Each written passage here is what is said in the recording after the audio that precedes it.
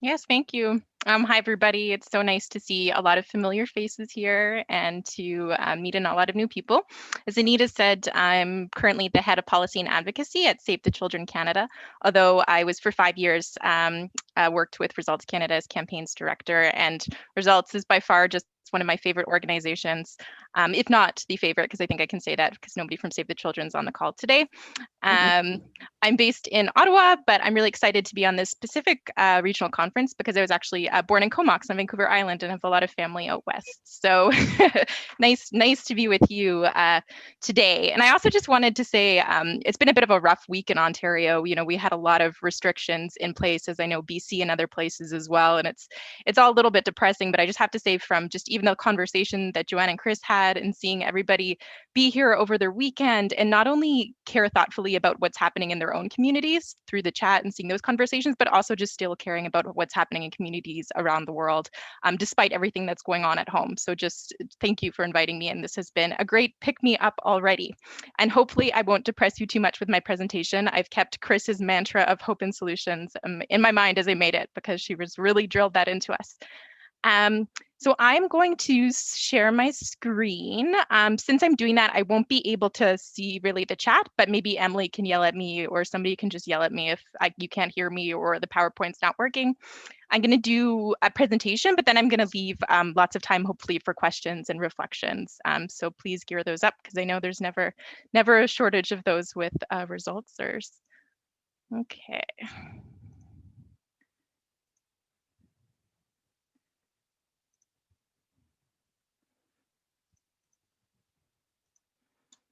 So let me go in presentation mode. Okay, I can see Chris and Emily and Anita. So can you guys see the PowerPoint okay? Can nod? Perfect. Okay, so today I'm here to talk to you about how conflict, climate change, and COVID-19 are impacting children around the world. Very quickly, just for those of you who might not be familiar with Save the Children, we're an organization that's been working to address the needs and rights of children in both development and humanitarian contexts for over 100 years, so a long time. Every year, we respond to close to 80 emergencies across 120 countries around the world, including in Canada, where we support Indigenous-led community response. Last year, we led our largest ever global response due to the COVID-19 pandemic. So I want to start today with telling you a story that I think really encapsulates what I want to talk about in the presentation. So this is Dana's story. So Dana was a toddler when civil war broke out in Syria over a decade ago now. Now she's almost a teenager, and the conflict continues to disrupt the lives of her and millions of other young people in the country. She'd only finished 1 year of school when her family fled their homes. Her mother, Fadila, recalled how schools were getting bombed and they just weren't safe anymore.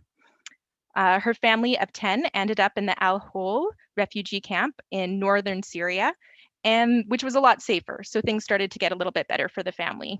Dana started to attend a learning center. She made some friends and she started to thrive. Then the COVID-19 pandemic came. So this is a quote from Dana. "We forgot all of the pain and suffering that we had been through, but coronavirus came and reopened our old injuries. It stopped the education." So just like in Canada and the U.S., millions of children in Syria had their education disrupted. Unfortunately, very few of them had access to remote teachers or electronic devices. And we know that education is much more than just a place, importance for learning. Schools are often a place for children to feel safe, protected, get nutrition, get health care. So it's really been devastating for children like Dana, who have already experienced so much strife in their lives due to kind of this intersection of conflict, poverty, and then now COVID-19. So it's often called the triple threat, which is conflict, climate change, and foods insecurity. And these were all growing issues before the COVID-19 pandemic hit. So I'm not sure if this stat will be a surprise to you, but it certainly kind of shook me when I first heard it, that 2/3 of all children worldwide in 2019 lived in a conflict-affected country. 1 in 6 living in a conflict zone itself, and that's actually a 75% increase since the 1990s.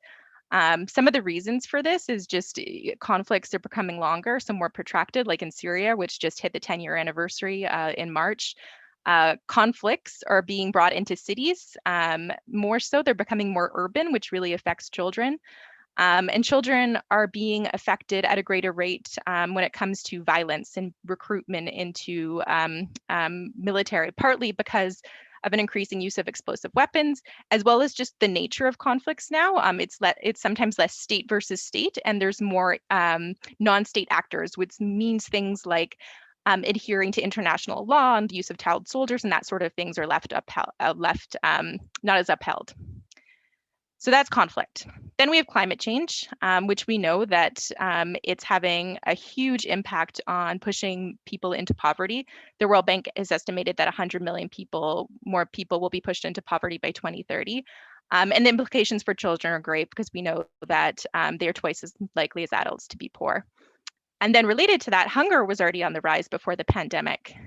So the FAO had estimated that the number of undernourished people, so that includes those that with chronic and acute hunger, so more serious, getting closer to famine, had quite a big increase over the last few years. And I think the thing to remember about these three factors is that they often intersect with each other. So a country that's affected by a climate change, so you can take Ethiopia, for example, which had a series of locust incidents over the past few years, which was one of the contributions to instability and conflict, which we're now seeing now in the Tigray region. Obviously, when we're talking about food insecurity, when there's drought, when we lose crops to pests, that can also lead to hunger. So these are all kind of playing together, and we often see in countries that are dealing or grappling with many of these factors at once. So then the impact of COVID-19, which I know you've been campaigning on this for a while, so I know you're aware on a lot of the ways that COVID has impacted different outcomes. And the fact that it really is reversing decades of hard-won progress in a lot of areas when it comes to nutrition, education, health, well-being, and other rights. We're seeing that the most marginalized and deprived children, so those living in war zones, members of remote communities, and those living in refugee camps or displaced children are being hit the hardest. I mentioned earlier about hunger was an issue before COVID, but it continues to be a large issue now and has really been exacerbated. There's many countries that we're really worried about that are on the brink of famine, including Yemen, the DRC, South Sudan, parts of Nigeria, kind of the list goes on. We talked about Dana's story in terms of losing her education and how that's impacting her. And we know that just a generation of children out of school are going to be significantly more at risk for things like child abuse, exploitation, child marriage, or just dropping out of school permanently, and that girls are particularly at risk. One of the areas that Save the Children works on, one of our big pushes is around child early and forced marriage, which has been one of those issue areas that has had progress, but it's been slow progress. It's been quite a struggle over the past years to really gain in that area, but we had seen some gains. But the COVID-19 pandemic has actually erased just in a year, 20 years of progress on child early and forced marriage. Because families have been pushed into poverty, and when families are struggling, children are out of school, they're more at risk for exploitation and for being married off. So just where I mentioned there's a lot of children around the world that are in crisis. Just to give you an idea, half of all children in crisis live in just 8 countries. So I've highlighted them here. So that's Afghanistan, Pakistan, Yemen, Ethiopia, the DRC, Nigeria, Sudan, and Syria. And some of these you may have heard of on the news. We do hear a little bit about Syria in particular. Yemen we hear a little bit about, especially because Canadian selling arms to Saudi, you might have heard something, but there's a lot of crises that we just don't get media coverage. I'm not sure if it, like, for example, there's a lot happening right now in Mozambique, which is a really at-risk country. There's crises, the Venezuelan migrant crisis, huge right now, and there's a lot of need there. So unfortunately, a lot of the conflicts or crises in the world just don't get the attention that they need. So I want to talk a little bit about Yemen. Which I think encapsulates a lot of this this kind of intersection of fragility. So Yemen is considered the world's biggest humanitarian disaster right now. So it also had a grim anniversary in March, which was 6 years of conflict. So in 2021 through 2022 through 2021, we've seen a deepening economic crisis, escalating violence, and worsening hunger, which are all connected. So actually 80% of the population of Yemen will need humanitarian assistance in 2021. And malnutrition rates for women and girls are among the highest in the world. And that's partly because fighting had intensified before the COVID-19 pandemic. But then when the pandemic started, the economy plummeted a little more. Partly because they closed the borders, which many countries have done. Canada did as well during our response. But in Yemen, a lot of the cross-border closures really affected commodities, so the ability to get food and basic supplies into the country. So that meant that they became more expensive. So this picture here is actually of a young mother and her daughter who at one of the SAVE supported community health centers. So she had 14 kids. 5 of them died from malnutrition over the years or preventable disease, so diarrhea, fever. But the COVID-19 pandemic really affected the family in terms of economic loss. They had a little shop. They weren't able to keep supporting it because commodities became so expensive. And so she brought her young daughter into the clinic to get some treatment for malnutrition. So that's a common story in Yemen right now, and one that we're really concerned about.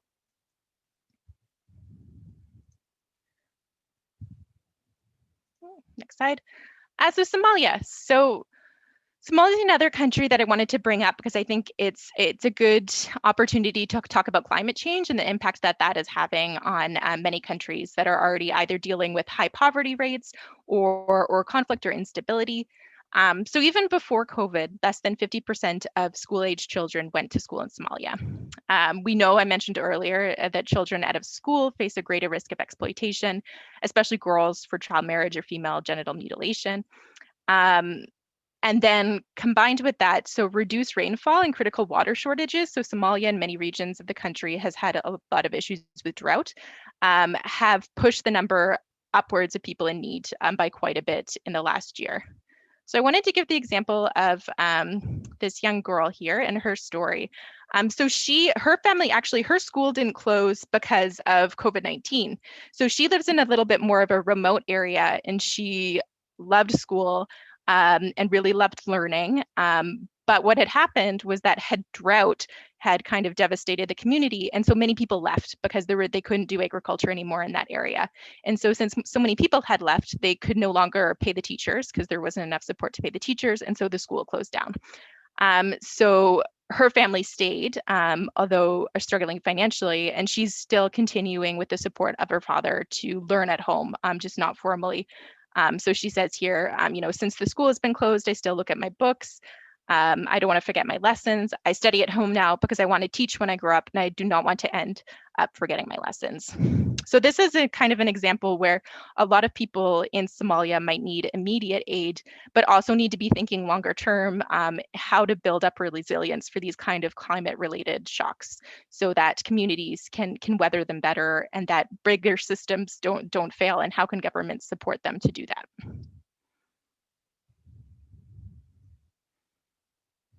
Next slide. There we go. So next year, or this year, 2021, it is estimated that some 235 million people will need humanitarian aid this year. So that's a 40% increase since 2020. And an estimated half of them will be children. So when I worked at Results tends to focus on the development side of aid. So I did a lot of learning when I moved to Save the Children, where we work in both humanitarian and development spaces. So for those that might not be familiar with those terms necessarily, I just wanted to distinguish between the two. So humanitarian aid, which is what I'm talking about in terms of the 40% increase, is life-saving aid. So it's shorter term, it's designed to save lives and alleviate suffering during and immediately after an emergency, so like a conflict or a natural disaster.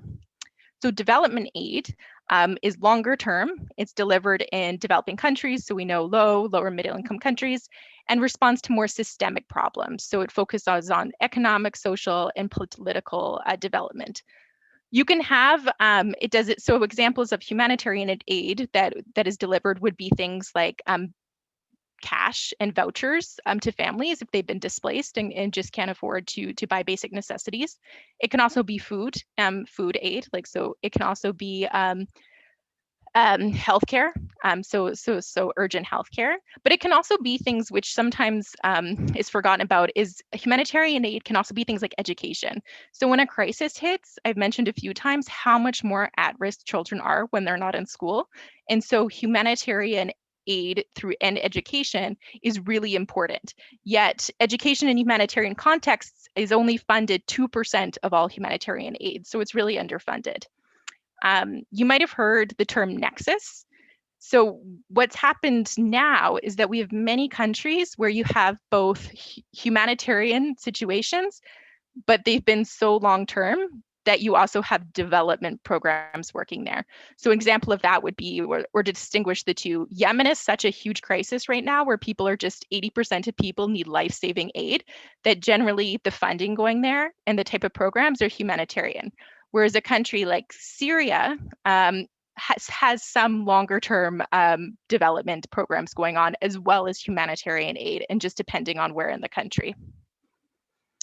And so, yeah, we call this the nexus, which I think just makes, it just shows the nature of how poverty is really concentrating in these fragile states, and how some of the, even the big mechanisms that Results advocates for, whether it's Gavi, whether it's the Global Partnership or for Education, are really having to work and figure out how to navigate this system where you're working in a situation where you have a lot of different levels of need, and trying to work towards longer term gains, because you don't want a situation like where a child like Dana has been out of the formal education system for 10 years, which is pretty much her entire life.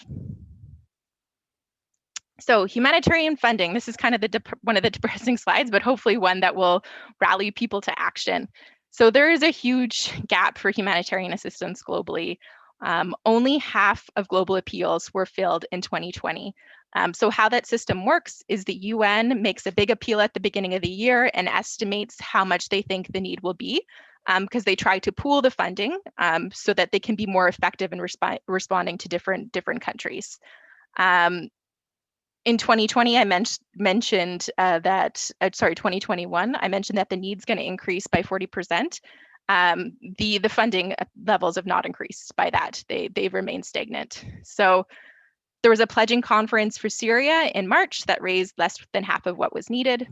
There was a pledging conference for Yemen in March, which, as I mentioned, is the worst humanitarian disaster in the world. Saw donors pledge only 1.7 billion of the ask of 3.85 billion for 2021, which as we know is that's pennies, really. Like this is not a lot of money, and we're talking life-saving aid here.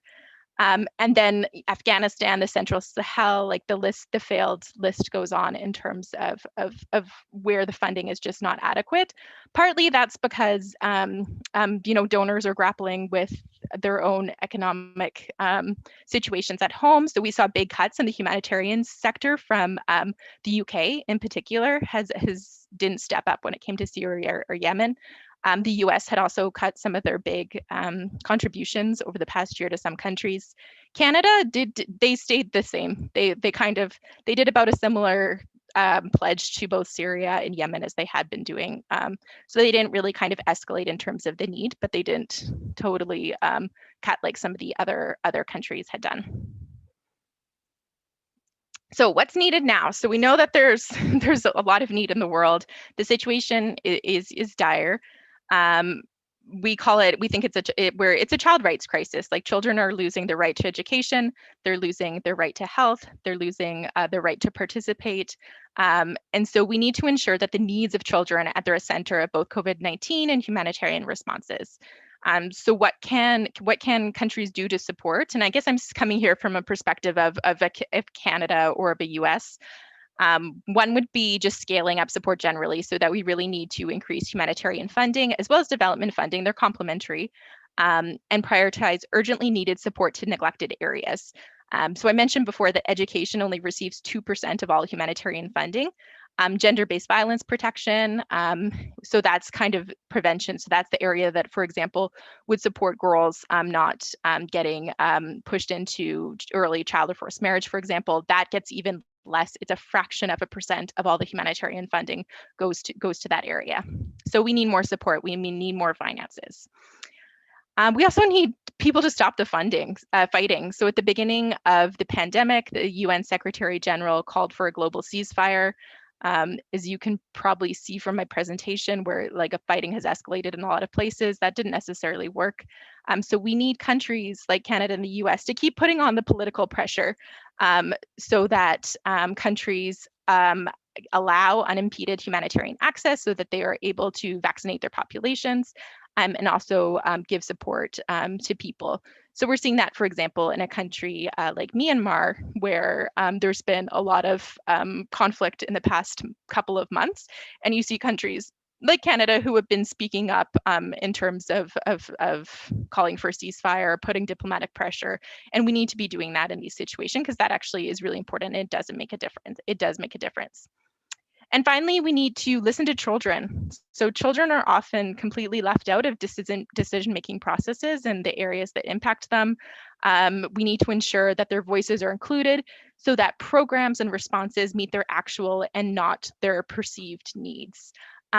This is a really important one and a one that we try to really work on at Save the Children and making sure that children are heard both within countries in the designing of programs, but also at the political level. So when all these world leaders are having conversations and deciding, what's the best response to the COVID-19 pandemic, that we're making sure that we're listening to the people that are actually affected, which is surprisingly not always the status quo, although it really should be. Just checking my time because I want questions, but I think we're on track. So I didn't want to leave this. I know this has been a bit of a depressing presentation, but I'm going to both give you a message of hope and then give some examples of how we can take action on this. So this is Dana, from who I opened the presentation with. She's now 12, living in Syria, and she participated in a program around poetry. So teaching or empowering youth in the refugee camp in northeastern Syria on writing poetry. So somebody can nod at me if you can hear this. But this is a poem she wrote, which is about her views on the future. We were hoping, after war and bombs, to live in peace. Then, all of a sudden, darkness fell upon us. Corona came and eclipsed all other woes. Along with it, pain and suffering appeared. Its news spread everywhere, was on every tongue, filled all the newspapers and all the media. Take care and keep a safe distance. School, moving around, handshakes are banned. These are the rules which we must follow. This illness will go away, and peace will prevail. We will go back to school, and it will be as before.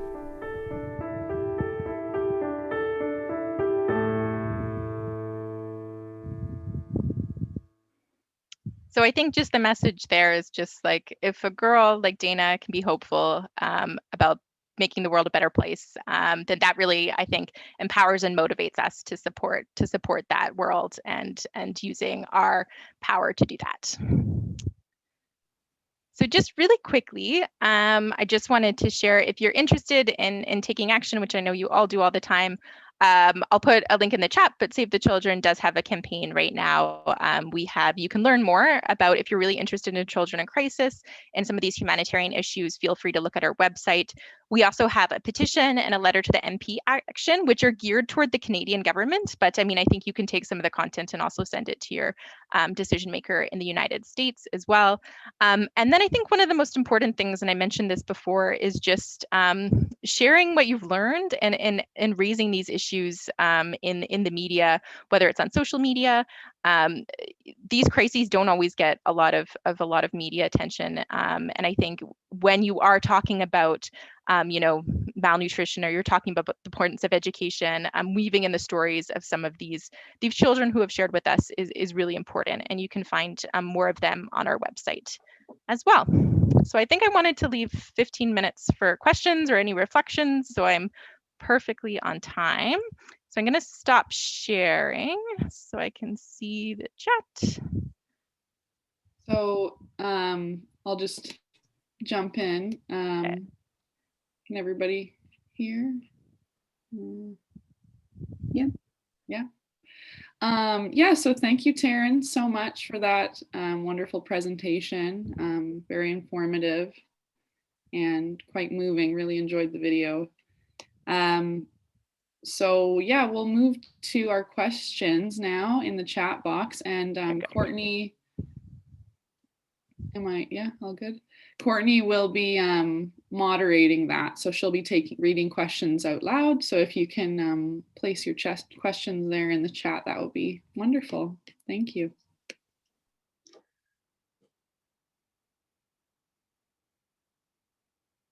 All right, does anybody have any questions they'd like to put in the chat?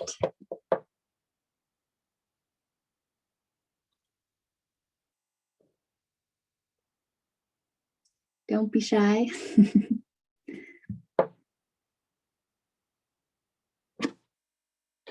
I had some direct message questions. I'm not sure if I can answer some of those. Yeah, sure. I have one from Jaya too. So okay. If you want to go first, or. Okay, I'll start. One of the questions I think was interesting was, could individual billionaires be asked to make up the humanitarian aid shortfall?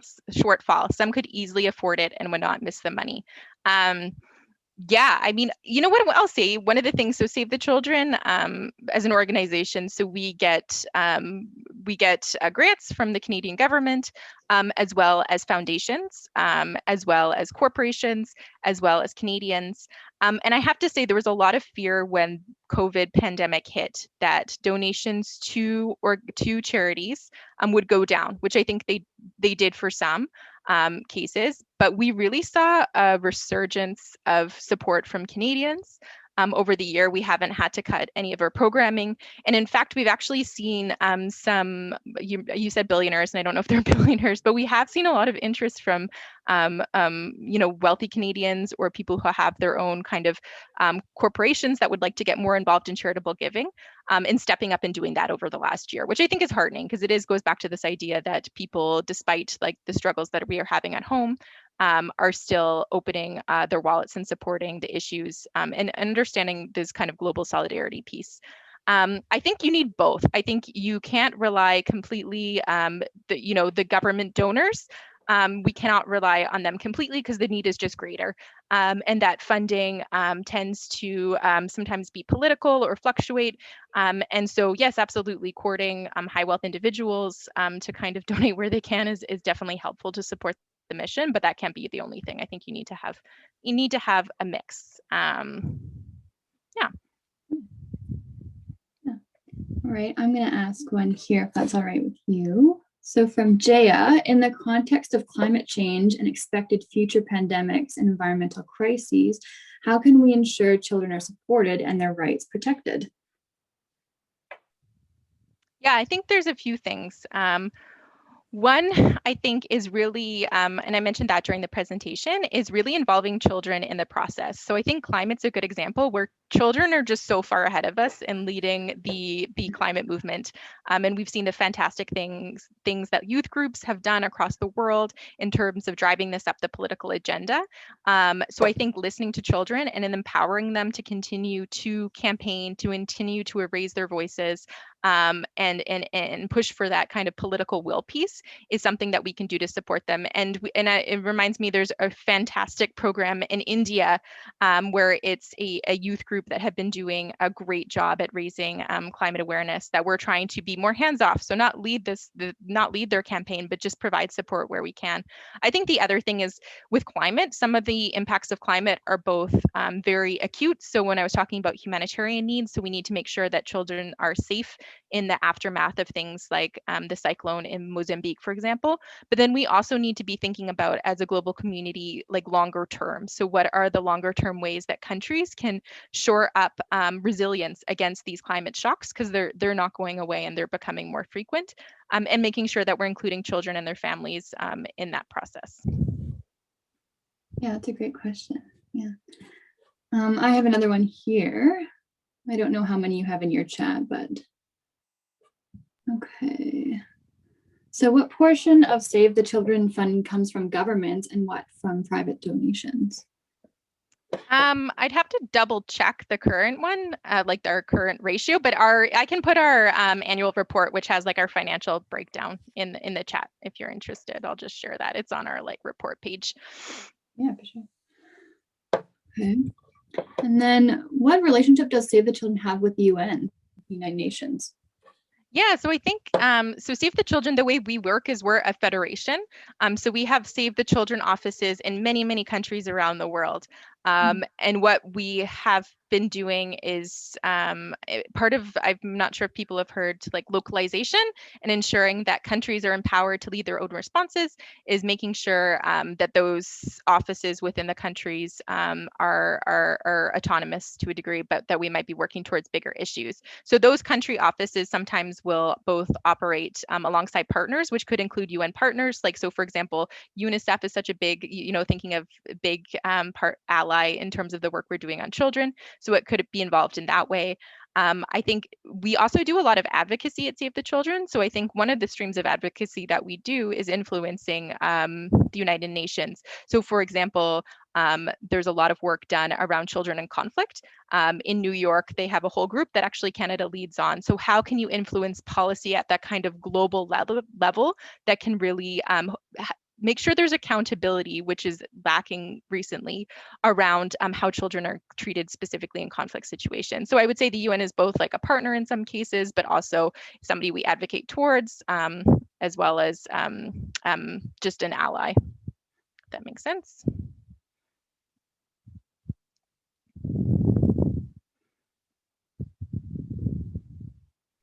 Courtney, you're muted. Courtney, you're muted. Sorry, I muted myself. All right, so the next question is from Carolyn. Do you have any specific initiatives or comments on impact on children with disabilities? And she wrote another comment: people with disabilities, including children, are disproportionately and very specifically affected by climate change. Absolutely. I think that's an area where we all need to, as a global community, be putting more emphasis on and more pressure on. Like when you look at education rates of children with disabilities, it's absolutely shameful how many of them are still out of school compared to their peers. And that's only been made worse by COVID-19. So for Save the Children, working with children and disabilities is a big priority in one of our areas. I think it's really important in that case also working with countries and governments, and that's where some advocacy comes in to make sure that children with disabilities are able to go to school, that they are able to have outlets to interact with their peers, and all sorts of things. And you're right, it's the most vulnerable in terms of climate change. We look at any of kind of these big issues, whether it's climate change, whether it's conflict, whether it's COVID-19, it's consistently the most vulnerable groups that are left behind. And that includes children with disabilities, it includes refugees and internally displaced children, it includes girls. So we need to make sure that when we are planning responses, that they are at the forefront of those responses and that we're listening to them. Because I think, to my point earlier, are we including children with disabilities and people with disabilities into the thinking around our responses as well? Yeah, I think it's important to have very inclusive, discussions, right, and involve everybody. I do have one more question. I'm not sure how many questions you still have in your chat, but it is from Peter. So Taryn, do you have a story meeting with an MP that had a big impact in terms of making him or her a more powerful champion? What did it? I mean, I have a lot of stories. They're all they're mostly results stories, but stories of my time at Results.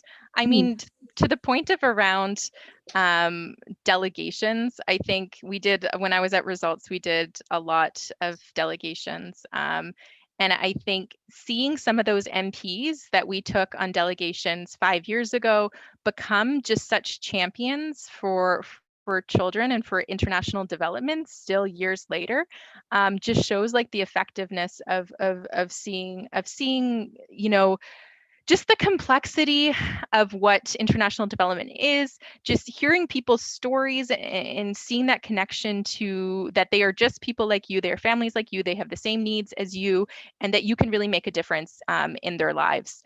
So I think there's been a lot of ones on delegation that have really kind of resonated me. But I think even just meeting with MPs on a, on a day-to-day basis, I think Chris and Joanne emphasized this, is like I still go into meetings at Save the Children, and MPs get excited when I tell them I used to work at Results, or they've met with a Results volunteer, or they've learned about the issue through Results. So I think it's just, I don't think a lot of the inaction done by, our government is not because there's not a willingness to learn. It's just how can we put that political pressure on? And I think these meetings that we're having and having those one-to-one conversations with them makes such a difference.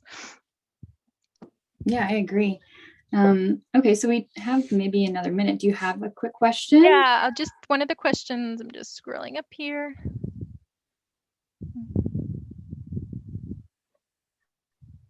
Oh, it was just about one around the current status of refugee children in cages at the Mexican border. So for that, I would look at Save the Children U.S. actually does a lot of work in that area. So I would look on their webpage because I think they would have the most up-to-date information on kind of the advocacy works that's happening around that. And then in terms of Yemen, so the percentage of people or the people that need assistance. So Yemen, I think there's around 11 million children right now that need like life-saving assistance in the country. I would also say like just one of the things too, when we're talking about like the most vulnerable groups. So like in Yemen, we're getting close where a huge percent of the population is facing acute hunger, and over 70% of that group, and this is common in many countries where famine is at risk, is their women and children that are the biggest component of that group. Okay, great. I did have a question from somebody to put a link to the petition in the chat. It was from Michelle. Okay, yes, I'm going to put some links in the chat now based off the questions. But yes, thank you so much. Not sure if there's any other questions, but thanks a lot. Those were really smart questions, and feel free to reach out anytime if you need any other information. Happy to share it, or through Results as well. Yeah, thanks for answering those questions, Taryn. I'm just going to pass it back to Emily for concluding remarks. Yeah, so actually I'm just seeing, Courtney, I think we might have time just quickly for Anita's. There's a question here that Anita just put in there. I think there's like maybe 1 or 2 minutes if Taryn. Sure, yeah. So in terms of how can we support Save more? Well, I think one of the great things is that a lot of the issues that Save advocates on, Results also advocates on. So I think we're like Results Canada and Save are also looking at how we can partner more, because I think the thing about Save the Children is we're a programming organization, we have a small advocacy team, but we don't have a big grassroots network. So one of the goals from having moved to Results and worked at an organization with such a powerful grassroots network is I'm trying to cultivate a little bit that more with Save. We have a lot of supporters, but a lot of them are donate, which is great, but how can we get them to go further than just donating? So that's kind of trying to integrate into the campaigns we're going to be running more options for them to use their power to, for example, reach out to a member of parliament or sign our petition. So that's kind of one of my personal goals at SAVE. But I think if you can sign the petition, if you can write to the member of parliament, that would go a long way and would be really helpful. And we'll continue to look at avenues that we can collaborate together. Because I think the thing is, poverty is increasingly going to be concentrated in fragile contexts. We know that. And so we need to figure out what's the most effective advocacy there. And I think humanitarian issues are only going to increase in need. So it'll be great to see, I think, Results tackle some of that. And you can see it too within, and I would just say, for example, Gavi, the Gavi's COVAX initiative actually has a special humanitarian buffer in recognition of that. We know that GPE works in a lot of humanitarian contexts. So I think the kind of threads are coming together, but really excited. If anybody's interested to learn more, happy to share.